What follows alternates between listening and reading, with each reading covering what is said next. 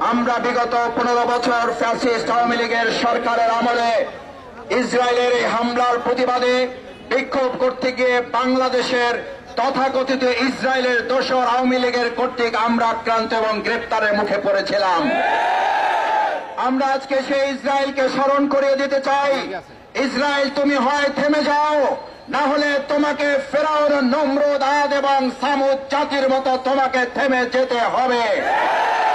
ইসরায়েলের আজকের এই হুঙ্কার, নেতানিয়াহু যেটা বলেছে অহমিকা এবং দম্ভ করে, এটা শেষ নয়, এটা শুরু মাত্র।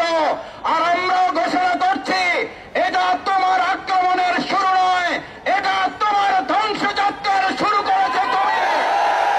নেতানিয়াহু ইসরায়েলকে গোটা পৃথিবীতে নিষিদ্ধ করতে হবে, ইসরায়েলের রাষ্ট্রকে নিষিদ্ধ করতে হবে, ইসরায়েলের বসতি স্থাপনকে নিষিদ্ধ ঘোষণা করতে হবে।